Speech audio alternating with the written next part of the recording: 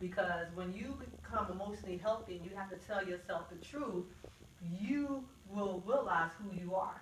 So when I say emotionally healthy, what I'm talking about is the self-talk that you have with yourself, the way you see yourself, your image. Some of us, we have, self-image is the way you see yourself. So sometimes the way we see ourselves is not always positive. The way we describe who we are is not always positive. So to become emotionally healthy, the first thing you have to do is begin to have positive self-talk with yourself. Think of yourself in a positive self-image, okay? Not having negative thoughts about yourself. Those are all goals and steps to becoming emotionally healthy.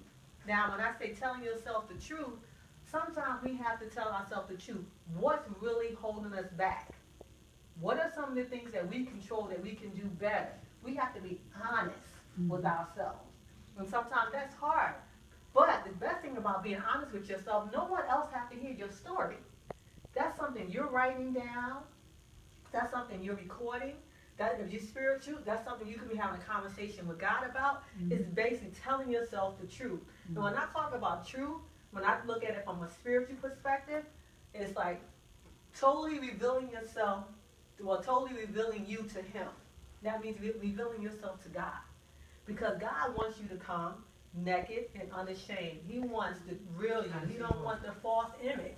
So when you have those moments when you really want to become emotionally healthy, you have to tell yourself the truth. Because we all have had some, I've had it, I'm quite sure you had it, some past hurt and pain that's stopping us from going forward.